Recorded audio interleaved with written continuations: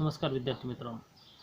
कालच्या आपल्या पिरियडमध्ये आपण बी ए प्रथम वर्ष सेमिस्टर पहिले आणि पेपर पहिला प्राचीन भारताचा इतिहास प्रारंभ ते 647 पर्यंत या पेपरचा अभ्यास करत असताना प्रकरण क्रमांक 4 जे शेवटचं प्रकरण या आपल्या सिलेबसमधलं भारतातील जैन आणि बौद्ध धर्म आणि या भारतातील जैन आणि बौद्ध धर्माचा अभ्यास करत असताना या दोनही धर्मातील ज्या काही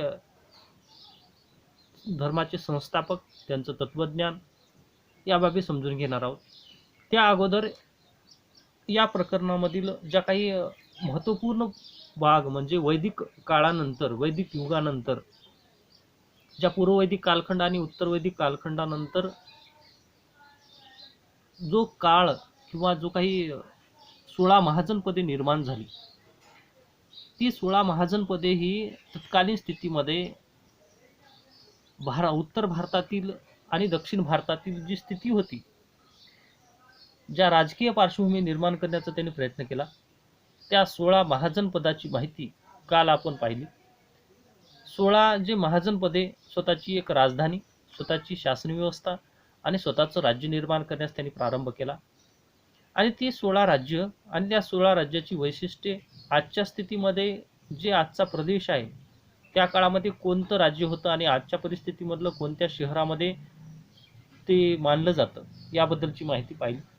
आणि या 16 महाजनपदाच्या राजधानी, 16 महाजनपदामधल्या महत्त्वपूर्ण बाबीचे वैशिष्ट्ये, त्या शहराशी असणारं जे रामायण महाभारताशी असलेला संबंध, त्याचबरोबर भारतातील जैन आणि बौद्ध धर्म या दोन्ही साहित्यातून ज्या 16 महाजनपदाची माहिती मिळते, त्या सर्व बाबीची माहिती आपण कालच्या पिरियडमध्ये पाहिली. आजच्या पिरियडमध्ये आपण ज्या 16 महाजनपदाची बद्दलची माहिती पाहत असताना 16 महाजनपद आणि या 16 महाजनपदाच्या कालखंडातील राजकीय परिस्थिती कशी होती, त्यानंतर सामाजिक स्थिती कशी होती, आर्थिक स्थिती कशी होती आणि धार्मिक स्थिती कशी होती याबद्दलची माहिती घ्यायची. जे 16 महाजनपदे निर्माण झाली, ही 16 महाजनपदे निर्माण झाल्यानंतर स्वतःची शासन व्यवस्था त्यांनी निर्माण केली आणि तीच शासन व्यवस्था पुढे वाढण्यास प्रारंभ झाली. ती शासन व्यवस्था पुढे दृढ बनत गेली. काही राज्य छोटे होते, काही मोठे होते. छोटे राज्य स्वतःचं अस्तित्व टिकवण्यासाठी प्रयत्न करत होते, काही मोठे राज्य या छोट्या राज्यांना आपल्या राज्यामध्ये विलीन करण्यासाठी किंवा आपल्या राज्यामध्ये समाविष्ट करून घेण्यासाठी कार्य करत होते. अशा स्थितीमध्ये जे राज्य 16 राज्य इसवी सन पूर्व 6व्या शतकामध्ये जी राज्य 16 महाजनपदे निर्माण झाली होती, त्या 16 महाजनपदामध्ये राजकीय परिस्थिती या सर्व राज्याची कशी होती थोडक्यात पद्धतीने पाहणं आवश्यक आहे.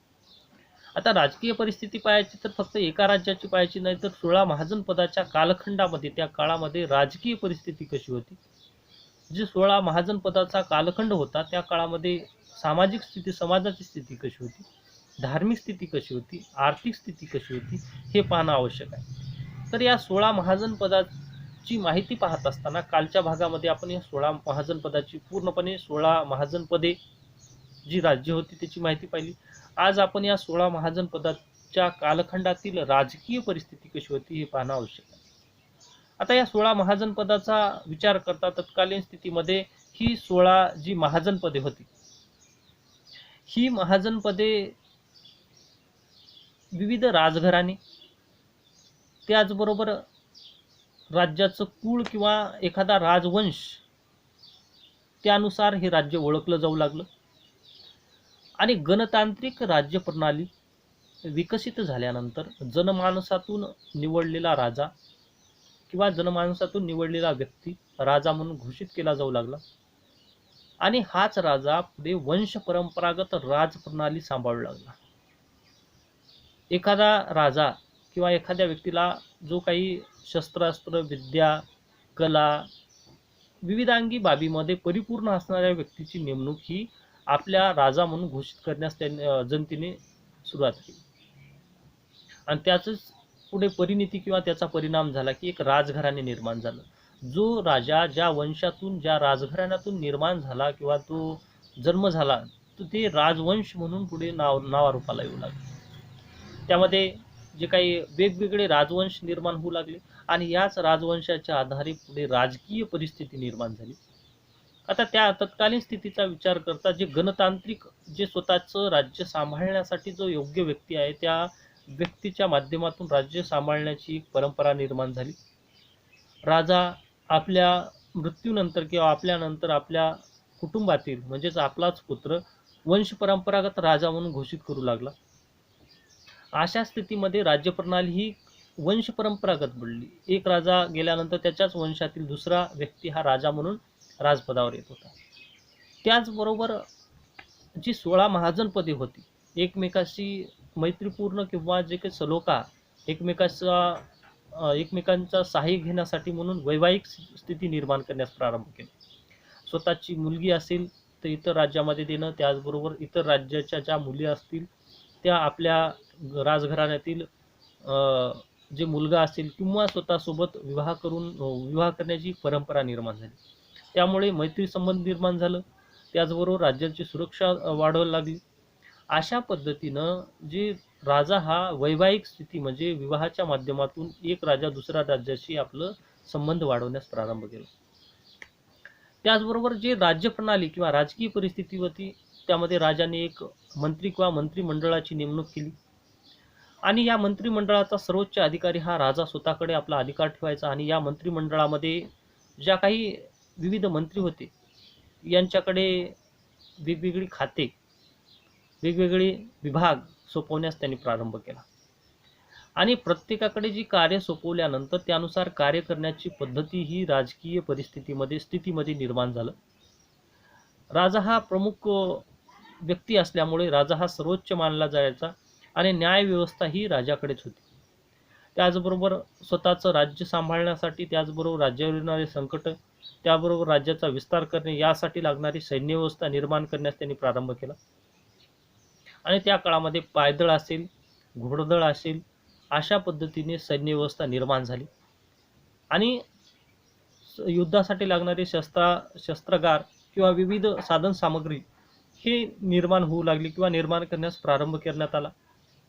त्याचबरोबर विविध विभाग स्थापन केल्यानंतर जे काही शेतीवर लागणारा महसूल असेल किंवा राज्याचे विविध कर होते हे राज्याने निर्माण केले.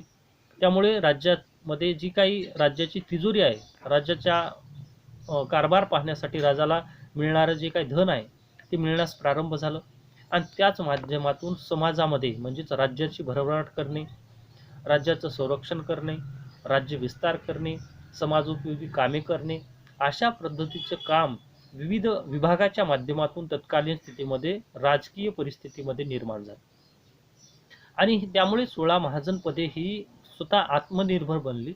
स्वतःची राज्यव्यवस्था निर्माण झाल्यानंतर ती टिकून ठेवण्यासाठी राजा प्रयत्न करू लागला.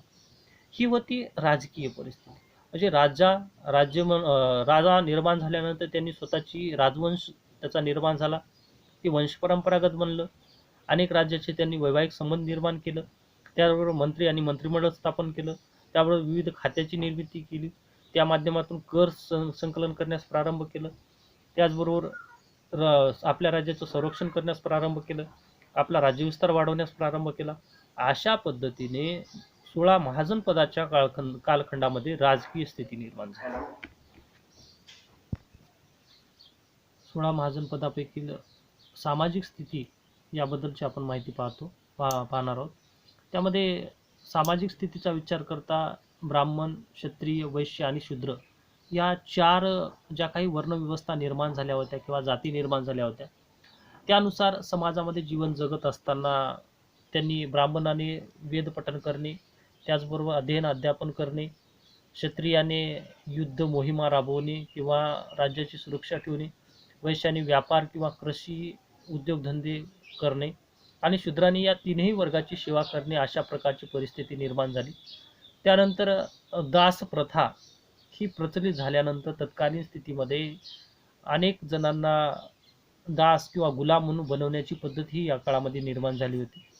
त्याचबरोबर समाजाचा विचार करता ब्राह्मण हा वरिष्ठ वर्ग समजला जात होता. त्यानंतर क्षत्रिय त्यानंतर वैश्य आणि शूद्र या पद्धतीने समाज व्यवस्था निर्माण झाली होती. त्यामध्ये 4 आश्रम पद्धतीही निर्माण झाल्या होत्या. त्याच्यामध्ये सर्वप्रथम बालकाच्या जन्मापासून मृत्यूपर्यंतच्या ज्या काही रीतिरिवाज किंवा धार्मिक कल्पनानुसार एक जीवन जगण्याची कला म्हणजे सामाजिक स्थिती निर्माण झाली. त्यामध्ये ब्रह्मचर्य आश्रम, गृहस्थ आश्रम, वानप्रस्थ आश्रम आणि संन्यास आश्रम या आश्रमाच्या माध्यमातून वैदिक जीवनाचा आधार आणि तत्कालीन स्थितीमध्ये महाजन पदाच्या काळामध्ये समाजामध्ये एक जीवन जगण्याची कला निर्मितीस येऊ लागली. पुढे त्याचबरोबर कृषी असेल, व्यापार, उद्योग आणि विकास म्हणजे कृषी हा प्रमुख व्यवसाय हा मानवाचा निर्माण झाला आणि त्याचबरोबर उद्योगधंदे आणि व्यापार या काळामध्ये सामाजिक स्थितीमध्ये भरभराट येऊ लागली आणि समाजामध्ये ज्या काही कृषी, व्यापार, उद्योग या माध्यमातून एक समाज परिपूर्ण बनत गेला आणि त्यामुळेच जी काही महाजन पद काळातली सामाजिक स्थिती ही सदृढ बनत गेली. म्हणजे समाजाचा विचार करता ब्राह्मण, क्षत्रिय, वैश्य, शूद्र या या काही जाती होत्या. याबरोबरच दासप्रथा, गुलाम, एकमेकांना वेठबिगार म्हणून काम करून घेणे, त्याचबरोबर जीवन जगत असताना कौटुंबिक परिस्थितीमध्ये आश्रम पद्धतीचा अंगीकार करण्यास प्रारंभ झाला आणि पुढे या माध्यमातूनच कृषीचा विकास होण्यास प्रारंभ झाला. ज्या 16 महाजन पदापैकी 16 महाजन पदा काळातील राजकीय परिस्थिती आणि सामाजिक परिस्थिती पाहिल्यानंतर 3 नंबरचा पॉईंट म्हणजे आर्थिक परिस्थिती. आर्थिक परिस्थिती ही महाजनपद काळातील सदृढ अशी बनली होती. त्यामुळे जी 16 महाजनपदे शेती, व्यापार या माध्यमातून समाजामध्ये भरभराट करण्यास प्रारंभ केला आणि या माध्यमातून उत्पन्नाचे साधनही मिळत गेले. पुढे पशुपालन हा उपजीविकेचा आणि एक प्रमुख व्यवसाय म्हणून पशुपालनाला एक मान्यता मिळाली आणि पशुपालनाच्या आधारे गाय, म्हैस किंवा बैल अशा प्रकारचे विविध पशु जे शेती आणि शेतीसाठी उपयुक्त असणाऱ्या बाबीसाठी म्हणून त्याचं पालन करण्यास सुरुवात झाला आणि त्याच्याकडून मानव हा शेती आणि व्यापार याबरोबरच पशुपालनास त्यांनी प्राधान्य द्यायला सुरुवात केलं. शेतीमधून मिळणारे जे काही विविध उत्पादन यामध्ये जे काही पिकं असतील या पिकाच्या माध्यमातून स्वतःची उदरनिर्वाह भागवण्यास त्यांनी प्रारंभ केला. त्याचबरोबर समाजातल्या अनेक घटकाची उदरनिर्वाह भागवण्यास प्रारंभ केला. समाजामध्ये असणारी जी काही विविध जाती धर्मातील लोक जे विविध व्यवसाय करणारे होते त्यांच्यासाठी उपजीविकेचं साधन म्हणून शेती हे निर्माण झालं आणि जे शेतीमधून मिळणारे किंवा उद्योगधंदे व्यापारामधून मिळणारे जी बाबी होत्या त्यातून आयात निर्यात होऊ लागली. अनेक वस्तूची आयात करण्यास प्रारंभ झाला, काही वस्तू विकण्यास प्रारंभ झाला. त्यामुळे गाव पातळीवर उद्योगधंदे वाढण्यास प्रारंभ झाला आणि तत्कालीन स्थितीचा विचार करता विविध उद्योगधंदे निर्माण झाले. जी 12 बलुतेदार पद्धत निर्माण झाली आणि गाव पातळीवर विविध व्यवसाय निर्माण झाल्यानंतर धातुकाम असेल, विविध धातू असेल, सोने, चांदी, लोखंड या माध्यमातून विविध व्यवसायाची निर्मिती झाली किंवा विविध काम प्रारंभ झालं. त्याचबरोबर शेतीसाठी लागणारी अवजारे, त्याचबरोबर दैनंदिन वापरात येणारी विविध वस्तूचा वापर या उद्योगधंद्याच्या माध्यमातून निर्माण होण्यास प्रारंभ झाला. त्यामुळे एका भागाकडून दुसऱ्या भागामध्ये शेती आणि शेतीतून मिळणारे उत्पादन हे आयात निर्यात करण्यास प्रारंभ झालं. त्यामुळे व्यापार व्यवस्था वाढली, चलन व्यवस्था वाढली आणि त्यामुळे शेतीचा विकास झाला आणि मानवाचं जीवन म्हणजे आर्थिक परिस्थितीमध्ये सदृढ बनत गेलं आणि याच आर्थिक परिस्थितीच्या बळावर साम्राज्य विस्तार करणे, राज्य वाढवणं, त्याचबरोबर आपल्या विविध गरजा पूर्ण करून घेणं अशा प्रकारची परिस्थिती तत्कालीन स्थितीमध्ये ज्या काही महाजन पदाच्या काळामध्ये निर्माण झाला. म्हणजे आर्थिक परिस्थिती सदृढ झाल्यानंतर तो कालखंड म्हणजेच स्वतःची शासन व्यवस्था निर्माण करणे, राज्य सांभाळणे अशा प्रकारची परिस्थिती आर्थिक परिस्थितीच्या माध्यमातून किंवा आर्थिक मोबदला राज्याला मिळत गेला आणि तो कर व्यवस्था असेल किंवा जी काही उद्योग असतील, विविध व्यवसाय उद्योगधंदे यांच्यावर कर लावण्यास प्रारंभ झाला आणि तोच कर मिळवल्यानंतर लोककल्याणकारी कामासाठी तो पैसा वापरण्यास किंवा धन वापरण्यास प्रारंभ झाला. त्यामुळे आर्थिक स्थिती जी महाजन पद काळामध्ये एक सदृढ बनत गेली. त्यामुळे एक राज्य दुसऱ्या राज्याशी आक्रमण करणे, युद्धमोहिमा राबवणे, साम्राज्य विस्तार करणे, स्वतःची शासन व्यवस्था वाढवणे, विविध उद्योगधंदे व्यवसायाला प्रोत्साहन देणे, शेतीसाठी विविध साधनसामग्री निर्माण करणे, शेतीमध्ये नवीन तंत्रज्ञान वापरणे, आपल्या नवीन गरजा पूर्ण करून घेणे, त्याचबरोबर राज्याची आर्थिक सुबकता वाढवणे, व्यापार उद्योगाला प्रोत्साहन देणं अशा प्रकारची परिस्थिती आर्थिक परिस्थितीमुळे निर्माण झाली. ही होती महाजनपद काळातील आर्थिक स्थिती. त्यानंतर महाजनपद काळातील धार्मिक परिस्थिती कशी होती तर हा शेवटचा घटक जो 16 महाजनपद काळामधल्या विविधांगी बाबी, त्याच्यामध्ये राजकीय परिस्थिती, सामाजिक परिस्थिती, आर्थिक परिस्थिती ही याबद्दलची माहिती आपण पूर्णपणे पाहिली. आता आपण धार्मिक परिस्थितीचा अभ्यास करणार आहोत. तर ज्या काही वैदिक युगानंतर ज्या काही 16 महाजन पदाच्या कालखंडामध्ये जे वैदिक धर्मानुसार समाजामध्ये रूढी, परंपरा, कर्मकांड, अंधश्रद्धा, त्याचमध्ये यज्ञ, याग, विधी ह्या सुरुवात झाल्या. आणि ब्राह्मण जो श्रेष्ठ दर्जाचा ब्राह्मण, क्षत्रिय, वैश्य, शूद्र हे तीन चारही जे काही वर्णव्यवस्था होत्या ह्या वैदिक धर्माच्या तत्वानुसार अंगीकार करत होते किंवा राहत होते. पण जे काही ब्राह्मण पुरोहित वर्ग यांनी ज्या काही काही लोकांनी जी कर्मकांड किंवा परंपरा ह्या समाजासाठी लादण्याचं काम केलं समाजावर, त्यामुळे समाजाची गरिबी किंवा त्यामध्ये त्यांचं आर्थिक नुकसान व्हायला लागलं. जास्त प्रमाणात धर्माच्या नावाखाली लूट होण्यास प्रारंभ झाला. याच्यातून पर्यायी मार्ग असावा यासाठी म्हणून ज्या काही वैश्य आणि शूद्र या दोन जाती जे काय असतील वर्णव्यवस्थेवरून आधारलेल्या ज्या काही जातीव्यवस्था निर्माण केल्या होत्या, त्यांनी या वैदिक धर्माव्यतिरिक्त सरळ आणि सोप्या मार्गाने जीवन जगता येण्यासाठी अन्य धर्माची निवड करण्यास प्रारंभ केला. आणि त्याच काळामध्ये जे काही जैन वर्धमान महावीरांच्या अगोदर जे 23 तीर्थकर होऊन गेले, जे 24वे तीर्थकर वर्धमान महावीर जे जैन धर्माचे यांनी निर्माण केलेला जैन धर्म, आणि त्यांनी त्याचबरोबर जे बौद्ध धर्माचे संस्थापक तथागत गौतम बुद्ध यांनी धर्माचं आचरण साध्या आणि सोप्या पद्धतीने सांगण्यास प्रारंभ केला. त्यामुळे जी जाती व्यवस्था, वर्णव्यवस्था, कर्मकांड या बाबीला थारा न देता किंवा या बाबीला प्राधान्य न देता सरळ आणि सोप्या मार्गाने जीवन जगणं आणि साधी आणि सोप्या पद्धतीची शिकवण देण्यास जैन आणि बौद्ध धर्माने सुरुवात केलं. त्यामुळे अनेक लोक वैदिक धर्माकडून जैन आणि बौद्ध धर्माकडे वळण्यास प्रारंभ झाला. म्हणजेच 16 महाजन पदाच्या कालखंडामध्ये अनेक लोक जे राजे होते किंवा राज्यव्यवस्था होती हे आपापल्या पद्धतीने ज्या धर्माची शिकवण त्यांना मान्य होती त्यानुसार त्यांनी आपला राजधर्म म्हणून घोषित केला आणि त्यानुसार वागण्यास किंवा वर्तन करण्यास, अंगीकार करण्यास त्यांनी प्रारंभ केला. काही जणांनी वैदिक संस्कृतीला पुरस्कार केला, काही जणांनी जैन धर्माचा उपदेश मान्य केला, काही जणांनी बौद्ध धर्माचा उपदेश मान्य केला. याप्रमाणे ज्या काही 16 महाजन पद कालखंडामध्ये तीनही जे काही धर्म होते या तीनही धर्मांना महत्त्वपूर्ण स्थान हे निर्माण होत गेलं. त्यामध्ये प्रामुख्याने जैन आणि बौद्ध या दोन धर्मांना क्रमाने ज्या काही 16 महाजन पदाच्या कालखंडामध्ये एक मान सन्मान आणि त्याचा अंगीकार करण्यास प्रारंभ झाला. आणि याच कालखंडामध्ये म्हणजे 16 महाजन पदाच्या कालखंडामध्ये किंवा 16 महाजन पदाच्या समकालीन जी काही राजव्यवस्था आणि राजतंत्र व्यवस्था या कालखंडामध्ये ज्या जैन आणि बौद्ध धर्माचा उदय झाला, विकास झाला, प्रचार प्रसार झाला, त्यामुळे जैन आणि बौद्ध धर्म भारतामध्ये सर्वदूर पसरण्यास मदत झालं. त्यामध्ये उत्तर भारत असेल आणि दक्षिण भारत या दोन्ही भागामध्ये जैन आणि बौद्ध धर्म हे वाढण्यास प्रारंभ झाला. त्यामध्ये प्रामुख्याने जैन धर्माचा विचार करता जैन धर्म हा भारतातच सर्वदूर पसरला धर्म, पण त्याचबरोबर जे काही बौद्ध धर्म होता हा धर्म भारत आणि भारताबाहेर पसरण्यास मदत झाली. आणि या धर्माने आपले तत्व किंवा आपली शिकवण साध्या सोप्या भाषेमध्ये सांगण्यास प्रारंभ केल्यामुळे सामान्य जनमानसातील जे काही क्षत्रिय, शूद्र, जे काही क्षत्रिय, वैश्य आणि शूद्र या तीनही जाती जमातीतील व्यक्तींनी किंवा वर्णव्यवस्थेतील ज्या काही जाती विभागल्या होत्या यांनी हा धर्म अंगीकारण्यास प्रारंभ केला.